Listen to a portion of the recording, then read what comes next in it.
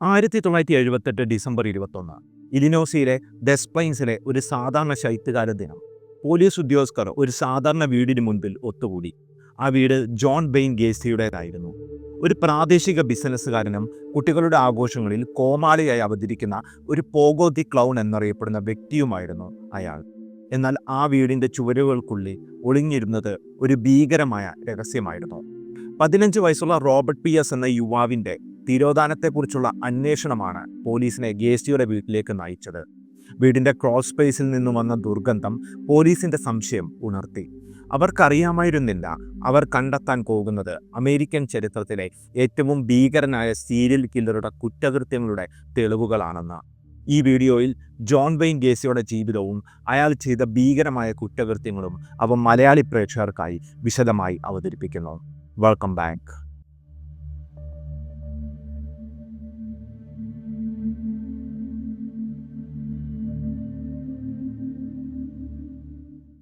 John ബെയിൻ ഗേസി 1942 March 17 ഇലിനോസിയിലെ ചിക്കാഗോയിൽ ജനിച്ചു. John Stanley ഗേസിയുടെയും Marian A-line റോബിസന്റെയും 3 മക്കളിൽ രണ്ടാമനായിരുന്നു അയാൾ. പോളിഷ് ഡാനിഷ് വംശജനായ ഗേസി കത്തോലിക്ക കുടുംബത്തിൽ വളർന്നു. അവൻ്റെ അമ്മയോടും 2 സഹോദരിമാരോടും അടുപ്പമുണ്ടായിരുന്നെങ്കിലും മദ്യപാനിയായിരുന്ന പിതാവുമായിരുന്നുള്ള ബന്ധം വളരെ വിഷമകരമായിരുന്നു. പിതാവ് ഗേസിയെ മണ്ടനും വിഡ്ഢിയും എന്ന് വിളിച്ച് അവഹേളിക്കുകയും കുടുംബത്തോട് വാക്കാലും ശാരീരികമായും ദുരുപയോഗം നടത്തുകയും ചെയ്തു. ഈ മാനസിക പീഡനം ഗേസിയുടെ ബാല്യത്തെ ദുരിതപൂർണമാക്കി. ഗേസിയുടെ ആരോഗ്യവും ബാല്യത്തിൽ ദുർബലമായിരുന്നു. അവന് ബോധക്ഷയം, ഹൃദയസംബന്ധമായ പ്രശ്നങ്ങൾ, അപ്പൻഡൈസിസ് തുടങ്ങിയ രോഗങ്ങളുണ്ടായിരുന്നു. 6 മുതൽ 10 വയസ്സിനിടയിൽ അവൻ്റെ അമ്മയുടെ സുഹൃത്തിൻ്റെ മകളാൽ ലൈംഗികമായി ഉപദ്രവിക്കപ്പെട്ടതായും ഒരു കുടുംബ സുഹൃത്ത്, കോൺട്രാക്ടർ എന്നിവരാൽ ലൈംഗികമായി ദുരുപയോഗം ചെയ്യപ്പെട്ടതായും റിപ്പോർട്ടുകൾ പറയുന്നു. ഈ അനുഭവങ്ങൾ ഗേസിയുടെ മനസ്സിൽ ആഴത്തിലുള്ള മുറിവുകൾ ഉണ്ടാക്കി. അവൻ്റെ ലൈംഗികതയെക്കുറിച്ചുള്ള ആശയക്കുഴപ്പം വർദ്ധിച്ചു. 18-ാം വയസ്സിൽ ഗേസി ലാസ് വെഗാസിലേക്ക് പോയി. അവിടെ ഒരു മോർച്ചറിയിൽ ജോലി ചെയ്തു. മൃതദേഹങ്ങൾക്ക് ചുറ്റുമുള്ള ഈ ജോലി അവൻ്റെ മനസ്സിൽ വിചിത്രമായ ഒരു ആകർഷണം ഉണർത്തി. എന്നാൽ ഈ ജോലി ഉപേക്ഷിച്ച് അവൻ ചിക്കാഗോയിലേക്ക് മടങ്ങി. 1964 ഗേസി മാർലിനിയേഴ്സിനെ വിവാഹം കഴിച്ചു. ഒപ്പം അവർ അയോവയിലെ വാട്ടർലൂവിലേക്ക് താമസം മാറ്റി. അവിടെ ഗേസി മാർലിൻ്റെ പിതാവിൻ്റെ കെൻഡക്കി ഫ്രൈഡ് ചിക്കൻ റെസ്റ്റോറൻറ്റുകൾ നടത്തി. ഈ കാലഘട്ടത്തിൽ ഗേസി ജൂനിയർ ചേംബർ ഓഫ് കൊമേഴ്സ് എന്ന സംഘടനയിൽ സജീവമായി. അവിടെ യുവാക്കളെ ആകർഷിക്കാൻ പാർട്ടികളും മറ്റും സംഘടിപ്പിച്ചു. എന്നാൽ 1968 ഗേസിയുടെ ജീവിതം ഇരുണ്ട ഒരു വഴിത്തിരിവിലെത്തി.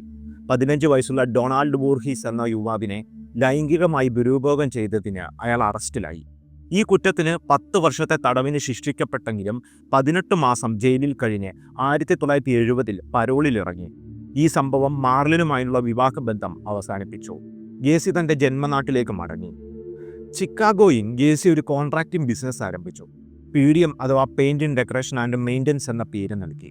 1972 അയാൾ കരോൾ ഹോഫിനെ വിവാഹം കഴിച്ചു. അവളുടെ 2 മക്കളുമായി ഒരു റാഞ്ച് ശൈലിയുള്ള വീട്ടിൽ താമസം തുടങ്ങി. ഈ കാലഘട്ടത്തിൽ ഗേസി പ്രാദേശിക രാഷ്ട്രീയത്തിൽ ഡെമോക്രാറ്റിക് പാർട്ടിയുടെ പ്രിസിംഗ് ക്യാപ്റ്റനായി സജീവമായി. അയാൾ പോഗോ ദി ക്ലൗൺ എന്ന കോമാളി വേഷത്തിൽ കുട്ടികളുടെ ആഘോഷങ്ങളിൽ പങ്കെടുത്തു. അവിടെ അയാളുടെ സൗഹാർദ്ദപരമായ വ്യക്തിത്വം എല്ലാവരെയും ആകർഷിച്ചു. എന്നാൽ ഈ നല്ല മനുഷ്യൻ്റെ മുഖംമൂടിക്ക് പിന്നിൽ ഒരു സീരിയൽ കില്ലർ ഒളിഞ്ഞിരിക്കുന്നു. ഗേസിയുടെ ഇരട്ട ജീവിതം അയാളുടെ ലൈംഗികതയെക്കുറിച്ചുള്ള ആഭ്യന്തര സംഘർഷങ്ങളിൽ നിന്ന് ഉടലെടുത്തതാണ്. സ്വവർഗരതിയോടുള്ള ആകർഷണം അയാളെ വേട്ടയാടി. എന്നാൽ ഗേസി ഇത് രഹസ്യമാക്കി വെച്ചു. 1970കളുടെ മധ്യത്തിൽ ഗേസി തൻ്റെ കൂസിം വർഷങ്ങൾ എന്ന് വിളിച്ച കാലഘട്ടത്തിൽ യുവാക്കളെ ലൈംഗികമായി ദുരുപയോഗം ചെയ്യാനോ കൊലപ്പെടുത്താനോ തുടങ്ങി. അയാളുടെ ബിസിനസ്, സാമൂഹിക പ്രവർത്തനങ്ങൾ, കോമാളി വേഷം എന്നിവ ഈ കുറ്റകൃത്യങ്ങൾ മറയ്ക്കാൻ ഒരു മുഖംമൂടിയായി പ്രവർത്തിച്ചു. 1970കളുടെ തുടക്കത്തിൽ ഗേസി തൻ്റെ ഇരട്ട ജീവിതം തുടർന്നു. പുറമെ അയാൾ ഒരു വിജയകരമായ ബിസിനസ്സുകാരനും സമൂഹത്തിൽ ബഹുമാനിക്കപ്പെടുന്ന വ്യക്തിയുമായിരുന്നു. PDM കോൺട്രാക്റ്റിംഗ് ബിസിനസ് വിജയകരമായി നടത്തിയ അയാൾ പ്രാദേശിക ഡെമോക്രാറ്റിക് പാർട്ടി സജീവമായി. കുട്ടികളുടെ ആഘോഷങ്ങളിൽ പോഗോ ദി ക്ലൗൺ എന്ന കോമാളി വേഷത്തിൽ പ്രത്യക്ഷപ്പെട്ട് അയാൾ കുട്ടികളെയും മാതാപിതാക്കളെയും ഒരുപോലെ ആകർഷിച്ചു. എന്നാൽ ഈ മുഖംമൂടിക്ക് പിന്നിൽ ഗേസി തൻ്റെ ഇരകളെ തിരഞ്ഞെടുക്കുന്നതിനുള്ള ഒരു വേട്ടക്കാരൻ്റെ മനസ്സ് ഒളിപ്പിച്ചിരുന്നു. ഗേസിയുടെ PDM എന്ന ബിസിനസ് യുവാക്കൾക്ക് തൊഴിലവസരങ്ങൾ വാഗ്ദാനം ചെയ്തു. പലപ്പോഴും അയാൾ തൻ്റെ ജീവനക്കാരായ യുവാക്കളെ തന്നെ തൻ്റെ കുറ്റകൃത്യങ്ങൾക്ക് ഇരകളാക്കി. ഗേസിയുടെ വീട് 8213 വെസ്റ്റ് സമ്മർഡേൽ അവന്യൂവിൽ ഒരു കെണിയായി മാറി. ഈ വീടിൻ്റെ ക്രോൾ സ്പേസ് പിന്നീട് അയാളുടെ ഭീകരമായ കുറ്റകൃത്യങ്ങളുടെ പ്രധാന തെളിവായി മാറി. ഗേസി തൻ്റെ ഇരകളെ ആകർഷിക്കാൻ ഉപയോഗിച്ച മാർഗങ്ങൾ ബുദ്ധിപരവും ക്രൂരവുമായിരുന്നു. ജോലി വാഗ്ദാനങ്ങൾ, മദ്യം, മയക്കുമരുന്ന് അല്ലെങ്കിൽ മാജിക് ട്രിക്കുകൾ കാണിക്കാമെന്ന വാഗ്ദാനം എന്നിവ ഉപയോഗിച്ച് അയാൾ യുവാക്കളെ വീട്ടിലേക്ക് കൊണ്ടുവന്നു. ഗേസിയുടെ മനോവിഭ്രാന്തി അയാളുടെ ബാല്യകാലത്തെ അനുഭവങ്ങളിൽ നിന്ന് ഉടലെടുത്തതാണ്. മനഃശാസ്ത്രജ്ഞർ പറയുന്നത് പിതാവിൻ്റെ ദുരുപയോഗം, ലൈംഗിക പീഡനങ്ങൾ, സ്വന്തം ലൈംഗികതയെക്കുറിച്ചുള്ള ആശയക്കുഴപ്പം എന്നിവ അയാളുടെ മനസ്സിനെ വക്രീകരിച്ചു. എന്നാൽ ഗേസി തൻ്റെ കുറ്റകൃത്യങ്ങൾക്ക് ഒരിക്കലും മനഃശാസ്ത്രപരമായ വിശദീകരണം നൽകാൻ ശ്രമിച്ചില്ല. പകരം അയാൾ തൻ്റെ പ്രവർത്തനങ്ങളെ വിനോദമെന്ന് വിശേഷിപ്പിച്ചു. ഇത് ഗേസിയുടെ മനുഷ്യരഹിതമായ മനോഭാവത്തെ എടുത്തു കാണിക്കുന്നു. 1976 ഗേസിയുടെ രണ്ടാം വിവാഹവും വിവാഹമോചനത്തിൽ അവസാനിച്ചു. കരോൾ ഹോഫ് അയാളുടെ വീട്ടിൽ നിന്ന് വരുന്ന ദുർഗന്ധവും ഗേസിയുടെ വിചിത്രമായ പെരുമാറ്റവും ശ്രദ്ധിച്ചിരുന്നു. എന്നാൽ യഥാർത്ഥ കാരണം അവൾക്ക് അറിയില്ലായിരുന്നു. ഈ കാലഘട്ടത്തിൽ ഗേസിയുടെ കുറ്റകൃത്യങ്ങൾ കൂടുതൽ തീവ്രമായി. അയാൾ തൻ്റെ ക്രൂസിംഗ് പ്രവർത്തനങ്ങൾ വർദ്ധിപ്പിച്ചു. ചിക്കാഗോയിലെ ഗേ ബാറുകളിലും ഓടിപ്പോയ യുവാക്കൾ കൂടുന്ന സ്ഥലങ്ങളിലും ഇരകളെ തേടി. ഗേസിയുടെ സാമൂഹിക പ്രതിച്ഛായ അയാളെ പോലീസിന്റെ സംശയത്തിന് അതീതനാക്കി. 1970കളിൽ സ്വവർഗരതിയോടുള്ള സാമൂഹിക വിമുക്തത കാരണം അയാൾ ഇരകളിൽ പലരും പോലീസിന്റെ ശ്രദ്ധ പോലും പിടിച്ചുപറ്റിയില്ല. ഈ സാഹചര്യം ഗേസിക്ക് തൻ്റെ കുറ്റകൃത്യങ്ങൾ തുടരാൻ അനുവദിച്ചു. 1978 അയാളുടെ അവസാന ഇരയായ റോബർട്ട് പിയസിന്റെ തിരോധാനം വരെ ഗേസി പോലീസിന്റെ റഡാറിൽ പെട്ടില്ല. പിയസ്റ്റിന്റെ കുടുംബം അവൻ്റെ തിരോധാനം ഗൗരവമായി എടുത്തതാണ് ഗേസിയുടെ അന്ത്യത്തിൻ്റെ തുടക്കമായത്. ജോൺ വെയ്ൻ ഗേസിയുടെ കുറ്റകൃത്യങ്ങൾ അമേരിക്കൻ ചരിത്രത്തിലെ ഏറ്റവും ഭീകരമായ സീരിയൽ കൊലപാതകങ്ങളിലൊന്നാണ്. 1972 മുതൽ 1978 വരെ 33 യുവാക്കളെയും ആൺകുട്ടികളെയും അയാൾ ബലാത്സംഗം ചെയ്യുകയും പീഡിപ്പിക്കുകയും കൊലപ്പെടുത്തുകയും ചെയ്തു. ഈ കുറ്റകൃത്യങ്ങളെല്ലാം അയാളുടെ നോർവുഡ് പാർക്ക് ടൗൺഷിപ്പിലെ വീട്ടിലാണ് നടന്നത്. അവിടെ 26 ഇരകളുടെ മൃതദേഹങ്ങൾ ക്രോൾ സ്പേസിൽ ഒളിപ്പിച്ചു. 3 എണ്ണം വസ്തുവകയിൽ മറ്റിടങ്ങളിൽ, 4 എണ്ണം ഡെസ്പ്ലെയിൻസ് നദിയിൽ ഉപേക്ഷിച്ചു. ഗേസിയുടെ കുറ്റകൃത്യങ്ങൾക്ക് ഒരു പ്രത്യേക മോഡസ് ഓപ്പറാൻഡി ഉണ്ടായിരുന്നു. അയാൾ യുവാക്കളെ തൻ്റെ വീട്ടിലേക്ക് ആകർഷിക്കാൻ മാജിക് ട്രിക്ക് എന്ന മറയിൽ ഹാൻഡ്കഫ് ഉപയോഗിക്കുമായിരുന്നു. ഒരിക്കൽ ഇരകളെ വശീകരിച്ചു കഴിഞ്ഞാൽ അവരെ ബലാത്സംഗം ചെയ്യുകയും ക്ലോറോഫോൺ ഉപയോഗിച്ച് ബോധം കെടുത്തുകയും പിന്നീട് ഒരു കയർ ഉപയോഗിച്ച് ശ്വാസം മുട്ടിച്ചോ അല്ലെങ്കിൽ ശ്വാസം തടഞ്ഞോ കൊലപ്പെടുത്തുകയും ചെയ്യും.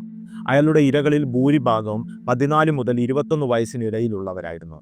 പലരും ഓടിപ്പോയവർ, ലൈംഗിക തൊഴിലാളികൾ അല്ലെങ്കിൽ ഗേസിയുടെ ബിസിനസ്സിൽ ജോലി ചെയ്തവർ. ഇയാളുടെ ആദ്യ കൊലപാതകം 1972 തിമോത്തി മക്കോയ് എന്ന 16 വയസ്സുള്ള യുവാവിനെതിരെ നടന്നു. ഗേസി തിമോത്തിയെ ഒരു ബസ് ടെർമിനലിൽ നിന്ന് വീട്ടിലേക്ക് കൊണ്ടുവന്നു. ലൈംഗിക ബന്ധത്തിന് ശേഷം അവനെ കുത്തിക്കൊന്നു. ഈ കൊലപാതകം ഗേസിക്ക് ഒരു മനസ്സിനെ മരവിപ്പിക്കുന്ന ഉന്മാദം നൽകിയതായി അയാൾ പിന്നീട് വെളിപ്പെടുത്തി. 1975 ജോൺ ബൂട്ട് കോവിച്ച് എന്ന 18 വയസ്സുള്ള ഒരു PDM ജീവനക്കാരനെ ഗേസി കൊലപ്പെടുത്തി. കാരണം ബൂട്ട്കോവിച്ച് തൻ്റെ ശമ്പളം ചോദിച്ചതിൽ ഗേസി ദേഷ്യപ്പെട്ടു. 1970കളിൽ ഗേസി തൻ്റെ ക്രൂസിംഗ് വർഷങ്ങൾ എന്ന് വിളിച്ച കാലഘട്ടത്തിൽ ചിക്കാഗോയിലെ ഊപ്ടൗൺ പ്രദേശത്തെ യുവാക്കളെ വേട്ടയാടി. അയാൾ പലപ്പോഴും ജോലി വാഗ്ദാനം ചെയ്യുകയോ മദ്യം, മയക്കുമരുന്ന് അല്ലെങ്കിൽ പണം എന്നിവ നൽകാമെന്ന് വാഗ്ദാനം ചെയ്യുകയാണ് പതിവ്. ഈ യുവാക്കളിൽ പലരും സമൂഹത്തിൽ അവഗണിക്കപ്പെട്ടവരായിരുന്നു. ഇത് അവരുടെ തിരോധാനം ആരും ശ്രദ്ധിക്കാതിരിക്കാൻ കാരണമായി. 1978 റോബർട്ട് പിയസ്റ്റിന്റെ തിരോധാനം വരെ ഗേസിയുടെ കുറ്റകൃത്യങ്ങൾ കണ്ടെത്തപ്പെടാതെ തുടർന്നു. ഗേസിയുടെ കുറ്റകൃത്യങ്ങൾ അയാളുടെ ഇരകളുടെ കുടുംബങ്ങളെയും സമൂഹത്തെയും ഞെട്ടിച്ചു. 1978 ജെഫ്രി റിഗ്നാർ എന്ന യുവാവ് ഗേസിയുടെ ആക്രമണത്തിൽ നിന്ന് രക്ഷപ്പെട്ടു. എന്നാൽ പോലീസ് അന്ന് ഗേസിയെ അറസ്റ്റ് ചെയ്തില്ല. 1980 ഗേസിയുടെ വിചാരണ ആരംഭിച്ചു. അയാളുടെ അഭിഭാഷകർ ഭ്രാന്തിന്റെ വാദം ഉന്നയിച്ചെങ്കിലും ജൂറി ഗേസിയെ 33 കൊലപാതകങ്ങൾക്ക് കുറ്റക്കാരനാണെന്ന് കണ്ടെത്തി 1980 മാർച്ച് 13 ഗേസിയെ വധശിക്ഷയ്ക്ക് വിധിച്ചു. 1994 മെയ് 10 ജോൺ വെയ്ൻ ഗേസി ഇല്ലിനോസിയിലെ സ്റ്റേക്ക്വിൽ ശിക്ഷാഘടനയിൽ വധശിക്ഷയ്ക്ക് വിധേയനായി. അയാളുടെ അവസാന വാക്കുകൾ കിസ്മയാസ് എന്നായിരുന്നു. ഇത് അയാളുടെ പശ്ചാത്താപമില്ലായ്മയെ പ്രതിഫലിപ്പിച്ചു. ഗേസിയുടെ കഥ ഒരു ഭീകരമായ ഓർമ്മപ്പെടുത്തലാണ്. പുറമേ സൗമ്യനും സമൂഹത്തിൽ ബഹുമാനിക്കപ്പെട്ടവനുമായ ഒരു വ്യക്തിക്ക് പിന്നിൽ ഒരു ഭീകരനായ കൊലയാളി ഒളിഞ്ഞിരിക്കാം. അയാളുടെ കുറ്റകൃത്യങ്ങൾ നമ്മെ പഠിപ്പിക്കുന്നത് സമൂഹത്തിൻ്റെ അരികുകളിൽ ജീവിക്കുന്നവരെ പോലും ശ്രദ്ധിക്കേണ്ടതിൻ്റെ പ്രാധാന്യമാണ്. മലയാളി പ്രേക്ഷകർക്ക് ഈ കഥ ഒരു വിദൂര സംഭവമായി തോന്നിയേക്കാം. എന്നാൽ ഇത് മനുഷ്യ മനസ്സിൻ്റെ ഇരുണ്ട വശങ്ങളെക്കുറിച്ചുള്ള ഒരു സാർവത്രിക സത്യം വെളിപ്പെടുത്തുന്നു. ഈ വീഡിയോ നിങ്ങൾക്ക് ഇഷ്ടമായാൽ തീർച്ചയായും ലൈക്ക് ചെയ്യുക. അതോടൊപ്പം ചാനൽ സബ്സ്ക്രൈബ് ചെയ്യാത്തവരാണെങ്കിൽ സബ്സ്ക്രൈബ് ചെയ്ത് ബെല്ലൈക്കൺ അമർത്തുക. അപ്പോൾ അടുത്ത വീഡിയോയിൽ വീണ്ടും കാണാം. നന്ദി, നമസ്കാരം.